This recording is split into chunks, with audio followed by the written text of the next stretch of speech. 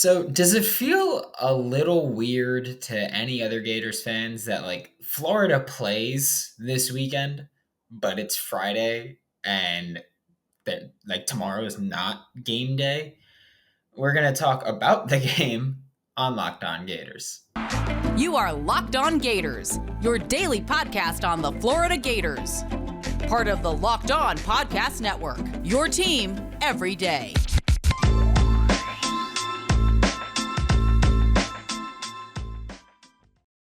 Hello, and welcome back to another episode of Locked On Gators, part of the Locked On Podcast Network, your team every day. Thanks for making Locked On Gators your first listen of the day. We are available daily and free wherever you listen to podcasts. Happy Friday. I'm Brandon Olson. Find me on Twitter at WNS_Brandon. Find my written work with Whole Nine Sports and Giants Country of SI.com. Also, going to say, if you were affected at all by Hurricane Ian, I hope that you are doing well now, or about as good as you could do.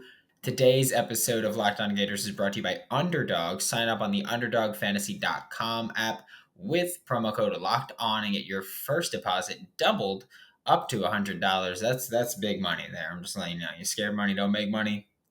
That's what you got to do there. We're talking about this Florida Gators versus Eastern Washington game right now. We're going to talk about the depth chart and later on and what we want to see from, or what we want to gain from this game, I guess. But when you talk about this game, just know that on offense, Eastern Washington, Coach Best was here yesterday, and he openly said it. They love to go up tempo. They don't go as fast or as quick as the Florida Gators offense does when they go up tempo, but Eastern Washington loves to go up tempo. That's something you're going to see. You're going to see a very fast-paced game this Sunday where you could see each team get 60 to 70 plays just because they're going to be out there so often. Obviously, we would like to see Florida out there more often, but at a certain point, Eastern Washington's offense is likely going to get rolling at least a little bit, and we'll see what happens at that point. Also know that on offense, they love to throw the ball. Like Eastern Washington loves throwing the football, which I even talked about yesterday with Coach Best. It's a little weird because he's an offensive line coach, or he was an offensive line coach. He's obviously not the head coach, and they tend to love running the ball. But Eastern Washington throws the ball so much. Gunnar Talkington, he's done his job very well. 65% of his passes are within 10 yards of the line of scrimmage. So they're either behind the line of scrimmage or 10 yards or shorter down the line of scrimmage. So this is going to be a very underneath heavy game, which is interesting because we'll see, just how much of it is going to be near linebackers or safeties. We know that we saw last week against Tennessee, there was one play, the 3rd and 10, that Tennessee converted. It looked like the Gators were in cover 3 buzz, which is a safety underneath, a linebacker underneath, and those are your kind of 2 hook defenders there. And that's what we saw from this Gators team, where I would expect to see that as well, especially with Kamari Wilson. I get that we will see him play deep safety a little bit and kind of see how he'll work deep in coverage, but we will also see him underneath and kind of watch him or kind of keep him close to the line of scrimmage because he has excelled near the line of scrimmage. So I'm interested to see what happens there. There's going to be a lot of work over the middle. 28% of Eastern Washington's pass attempts have been over the middle and between 0 to 10 yards downfield. That's a lot over the middle. Expect to see cover 2 from the Florida Gators, which we haven't really seen from them this year often, but I expect to see that quite a bit. Expect to see more quarters and just watch a lot of underneath work from the Gators because, you have to take away where Eastern Washington wants to throw the ball, right? And that's kind of the approach you got to take here. It's just, I will say this. Offensively, I think that Eastern Washington, they're pretty solid. But it's not going to be a good day for them. I want to say that. Defensively, they're bad. We could say that they're pretty bad. I know that I shared a clip on Twitter on Wednesday night of Eastern Washington biting so hard on an RPO that it was just an easy touchdown for, I think it was Montana State in last week's game between Eastern Washington and Montana State. So there was that. But their defense, not great, Bob. And that's not surprising if you know anything about FCS football, which I don't really expect you to. But Eastern Washington's kind of like the Oklahoma of the FCS. They're usually a very good team near that top of the rankings. They love throwing the ball, like I mentioned. They love airing this ball out. They're a very fun offense to watch. If we're going to be honest, and you watch them play a team of their caliber, they look very good. It's literally just, one game this year was against Oregon, and then now they have Florida, and so they don't look as good as they probably should, but they're still a good team. They've been consistently good, but they love airing the ball out, and their defense pretty lackluster consistently. Like that's what they tend to do, and that happens a lot with the FCS schools where you're really good on offense, you're really good on defense, but you're usually not really good on both. And that's what we're looking at here too.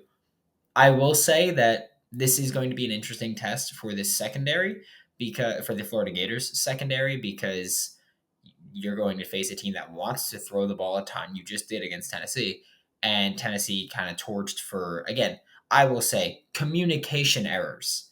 I get it who everybody wants to blame. There were communication errors throughout, and that's been the most frustrating part for me, because it's never been, or it's rarely been, oh, this corner got beat just in coverage. It's always, this corner is playing man, or this safety is playing man, or this linebacker is playing man, when you're supposed to be in cover three. And that's been the most frustrating part about those big plays for me, is that it's just always been communication errors somewhere along the grapevine, and that's killer. So I'm interested to see, with Jaydon Hill stepping into the starting role, with Kamari Wilson starting at safety for the injured Trey Dean. I'm interested to see what will happen in in the secondary coverage wise. We're about to take a look at the most recent depth chart changes, which I know Florida Gators fans have been going nuts over. But first, we're going to talk about Underdog Fantasy, because this episode is brought to you by Underdog Fantasy, and it's the easiest place to spice up the college football season. It's easy to play and win cold, hard cash in a single game. I know last week I said I was going to take Montrell Johnson, but I decided not to, because I was like, you know what? This is probably going to be a shootout, so Florida's going to throw the ball. So I took Justin Shorter's receptions and receiving yards, and money. Like that's the only way I could put it for you. Money. So Underdog, you have been so kind to me. Thank you very much. And it's fun because it's a fantasy platform that has a fun user experience. I will always say that I love their little share feature and how the screenshot looks. Something about it is just so aesthetically pleasing to me. So I love it, and their support team has been awesome. Sign up with the promo code Locked On, and Underdog will double your first deposit up to $100. You deposit $100, and you get another $100 free with promo code Locked On. Thanks for making Locked On Gators your first listen of the day every day. We are available daily and free wherever you listen to podcasts. And now we are going to talk about this depth chart. I am going to be respectful about it, but I am also going to be honest about it. And obviously, we're talking about Trey Dean here. Trey Dean not starting because he is listed as out with a lower body injury. I know that Twitter and forums have kind of gone a little nuts with, is it an injury? Is it a suspension? Has he quit the team? Has he got kicked off the team? Has he done this? Has he done that? I'm not going to necessarily engage in them. I will say, I have asked around. I have been told that it is an injury. I asked people in the program, and I was told it is an injury. It is also something that has been explained to me by some people, that it's an injury that Trey Dean has been dealing with all season, and that the staff is kind of just like, it's Eastern Washington. We should win this game. Let's use it as a rest week for him, essentially. That's what I've been told. Whether or not that's accurate, I don't know. It's the same person that told me Jaydon Hill would get the starting spot this week over Avery Helm. So, I mean, they were right at least once, right? So I will continue to say that, that's what I was told. And until I'm told it's wrong, that's what I'm going to believe. That's how I'm going. And other media members can get the information they get and go with that information. That's totally fine. I don't necessarily care about being like, well, I was right, you're right. I don't. That means nothing to me. I just want to see how it works out in the long run for the Gators. I will also say this coaching staff to me just doesn't seem like the type that would use an injury and as in place of a suspension. Um, I know that I believe it was Nick De La Torre was the one that said like he was told that it's not an injury and it's not a suspension, which people can speculate whatever that means. But I don't know. It's just like this coaching staff has been so consistent with accountability that I don't get why they would use an injury as or why they would say injury as a suspension or as a benching. That just doesn't make sense to me. Or whatever it might be. It's like Billy Napier has kicked people off the team before. He's benched people. So I don't know why Trey Dean would be the outlier there. Is my point that it's a little weird to me. But here's the thing also, either way you want to talk about it, whether he is injured or isn't injured, again, I've been told he is injured and it's something that he's been dealing with. I don't, I care about the injury. Um, I don't think it's impacted his play much because Trey Dean physically hasn't looked bad.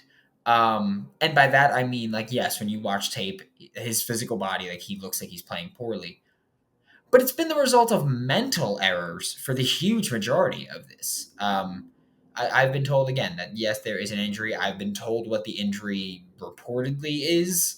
I'm not going to talk about that because I feel like that's something where if people want it out, they'll want it out. But I'm not going to be the one to put it out there.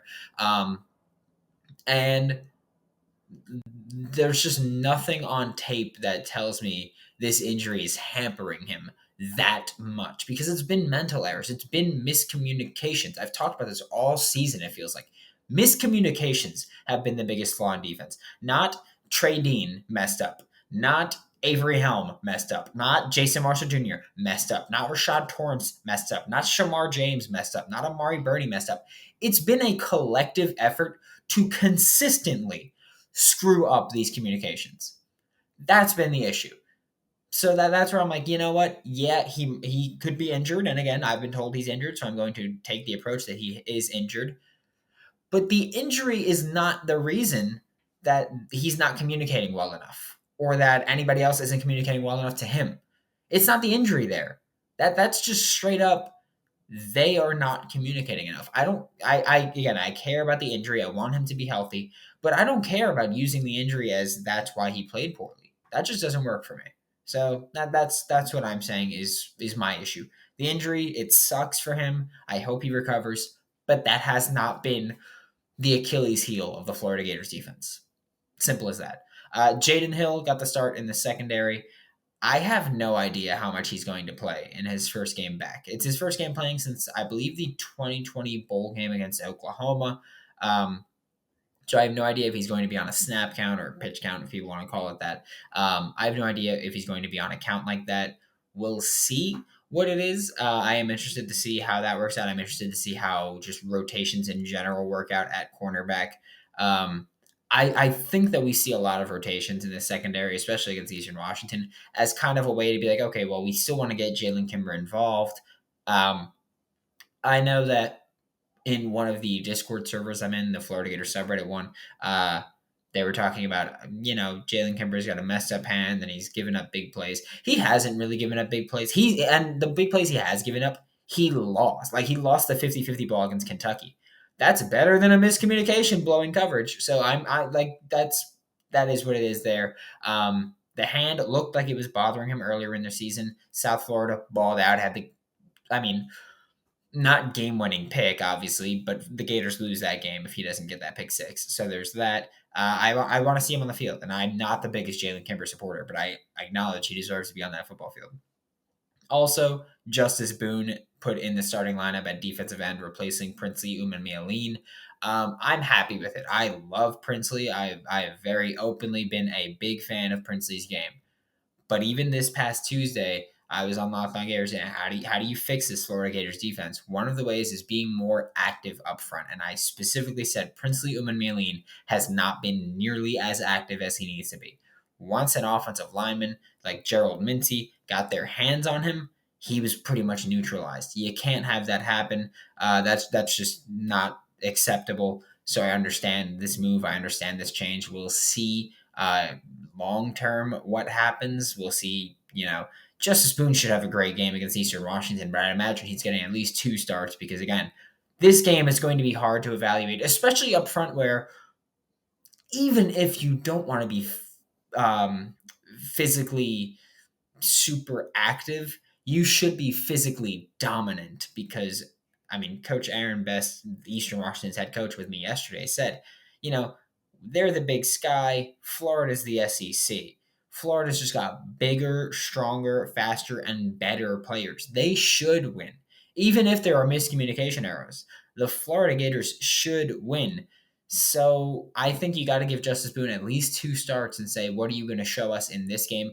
Unless they're using this as, we're giving Justus Boone this opportunity. If he doesn't show up the way you want him to, then Princely will be back in. I feel like they kind of did that with Scooby Williams when Ventrell missed the South Florida game. Billy Napier was like, this is an opportunity for him. And I feel like that might be the same situation where it's like, let's see if you can make the most of that opportunity. Now we're going to talk about what the Florida Gators, what we need to see versus Eastern Washington. But first, a quick word from our sponsors. To wrap up today's show, we're talking about what we need to see from the Florida Gators in this Eastern Washington game. I will also say, before I even say what I want to see, let me know in the comments what you'll be looking for in this game because I'm very interested to see how many, like, what kind of evaluation process Gators fans are going to take. Because, even if you're not covering a team, you're watching this game going, this is what I want to see. Whether it's you want to see more runs, more options, more RPO, more zone coverage, more man, whatever it is, you're going into that game going, this is what I want to see, especially against a team like Eastern Washington, where it's like you can kind of experiment with stuff. So let me know what you're looking for. The biggest thing that I'm looking for on offense, vertical passing game. Against Tennessee, Florida kind of opened it up a little bit with the double sluggo was sick with Ricky Pearsall and Justin Shorter. That was a great play. I want to see this kind of carryover. This is a great game for Anthony Richardson to build upon the confidence that he gained and earned in that Tennessee game. Because that's what we're looking for here. We're looking for consistency. The Utah game, he was pretty dang good. Kentucky, he was horrible. South Florida, he was bad. Tennessee, he was great. Like, Tennessee was the best game of his career so far, aside from the second half of LSU last year. But Tennessee was the best start of his career so far. Build upon it. Don't take your foot off the gas because it's Eastern Washington. Don't go, well, we could just run the ball, destroy them, and get out of here healthy. No, use this as an evaluation process. Let Anthony Richardson work the deep pass. He is a solid deep passer. He is. But we need to see him do it comfortably and consistently in games. I'm also not worried about the usual thing that we've complained about this year, which is like, well, in front of Florida Gators fans at home, he's kind of struggled because I'm expecting this game to be very empty in the stands. Like, we're talking like 50% capacity is what I'm expecting to see here, if that. People are dealing with real life things now where it's like, well, I'd rather be home watching the Florida game than traveling, or I've got damage control to do at home, so I don't expect much of a crowd here, so we won't see the whole at home. Anthony Richardson has struggled with these big crowds, which is also weird because Utah was the most rocking crowd you're going to get, and he played a pretty good game. Again, not great. I said that immediately after the Utah game, that it wasn't great, but it's pretty good. But I want to see the vertical passing game open up. I want to see depth receivers get a shot here. I want to see Marcus Burke play. I want to see Trent Whitmore actually get onto the field and play a bit. Dejon Reynolds, Jaquavian Frazier should be playing more. I don't care what you say. I want to see these guys get open deep, or at least be given the opportunity to get open deep. Defensive side of the ball, I think the biggest thing I'm looking for is winning those one-on-ones. I don't care if it's Eastern Washington. I don't care if it's Alabama. I don't care if you have me and 4 listeners lining up out there on the offensive line. The Florida Gators need to get pressure and win one-on-ones consistently. The Florida Gators need to win their one-on-ones. It's as simple as that. Like, I don't care about the talent. I don't care about any of this. I've been complaining about this for weeks now. The Florida Gators are getting into these one-on-one situations. That's the point of this scheme a lot of times, is to generate these one-on-one opportunities as a pass rusher. And they haven't been winning them. And also, I don't care about Gervon Dexter getting double teamed. He needs to do this. No, Chris McClellan could get off double teams. Gervon Dexter could get off double teams. That's my point. These guys are not winning the blocks where they should be. They are not being physical enough at the point of attack. They are not being active enough at the point of attack. When someone goes to put their hands on you, you hit their hands. You win that hand fight. Florida Gators haven't done that. Do it this week. Eastern Washington, Oregon had 19 pressures when they played Eastern Washington. The Florida Gators have to match or beat that. You need to win those one-on-ones. Justus Boone, I'm telling you, I think he's going to cook because he has been active and aggressive when he's been engaged with. He's going to cook. Desmond Watson should win some of these just because he should overpower whoever he's matched up with, whether it's center or guard spots. Gervon Dexter, you got to win them, especially against Eastern Washington. You have to win those double teams. You have to do it. Brenton Cox Jr. has to win those one-on-ones. I will give Brenton Cox Jr. He has been pretty good this year. It's a matter of actually finishing the plays that's been the issue, but he has been pretty good at shedding these blocks and winning those blocks. But you have to win that. And trust me, Eastern Washington knows that Florida should win these one-on-one battles. When I had the head coach of Eastern Washington yesterday, Aaron Best, was on Locked On Gators, and he said the goal is to not give those guys a season-long highlight tape in one game. When I asked about how do you game plan around Gervon Dexter and Brenton Cox Jr., he was like, the goal is to not give them a season-long highlight tape in one play, in one game. They know you should destroy them. You have to win those one-on-ones. It is pitiful that they have not done that yet. Gervon, line up on the line of scrimmage and win that one-on-one. Stop lining up 2 yards back. I don't understand it. Line up on the line of scrimmage and win that damn one-on-one. You got to do win the one-on-two. I don't care. Win your battle. And I swear, if I see a linebacker get stopped by a running back, I'm gonna be incredibly furious because that's just something that should not be happening. And in any situation, again, these are running backs that are standing still. You have to put them down. And Eastern Washington, like Tennessee's running backs, are bad in pass protection. Win that battle and do it dominantly. Dominantly. And that's what you got to do. Just that's it. Florida should win this game handedly. You need to win your individual battles, the Gators. That's what you got to do. Thanks for making Locked On Gators your first listen of the day every day. We're available daily and free wherever you listen to the podcast. We'll be back tomorrow. John Garcia will join me to talk Florida Gators recruiting, and that's going to be really fun. Check out Locked On SEC, hosted by Chris Gordy of Sports 790. Get the best coverage on the best conference, including the best university, the University of Florida. For Locked On Gators, I'm Brandon Olson. Don't forget to follow me on Twitter at WNS_Brandon. Follow the Locked On Gators Instagram and TikTok. We're doing that now. Get my written work with Whole Nine Sports and Giants Country of SI.com. Stay safe, and I will see you all tomorrow.